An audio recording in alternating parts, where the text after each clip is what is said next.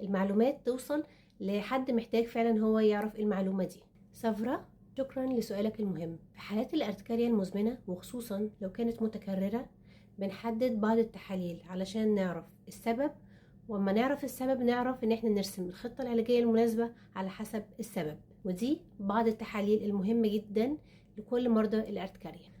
اول حاجة CBC اللي هي صورة دم كاملة علشان نطمن ان مفيش اي التهابات مزمنة او نقص في المناعة.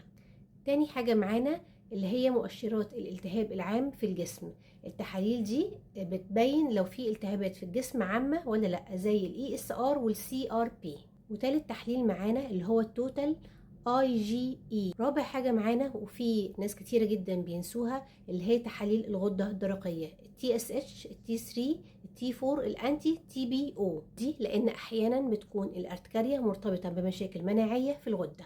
خامس نوع من التحاليل وده المهم جدا تحاليل بول وبراز، وده علشان نستبعد اي طفيليات او التهابات داخليه جوه الجسم. اختبار حساسيه الجلد اللي هو سبيسيفيك IgE، وده بيكون لبعض الاكلات وحاجات في البيئه المحيطه زي المايتس او اللي هي الحاجات اللي بتعيش جوه الغبار. ده كان معانا التحليل. لو الحاله مزمنه في تحاليل اضافيه بنطلبها زي الانتي نيوكلير انتي بودي، دي تحاليل مناعيه ووظائف الكلى ووظائف الكبد. لو حابه ان انت تشاركي التجربه بتاعتك في العلاج بتاع الارتكاريا او في الاعراض بتاعه الارتكاريا اكتبي في الكومنتات هنا وانا هرد عليكي بالرد المناسب لحالتك. لو اول مره بتشوفونا يا ريت تعملوا فولو للاكونت ولايك للفيديو وشير للفيديو على الستوري عندك وريبوست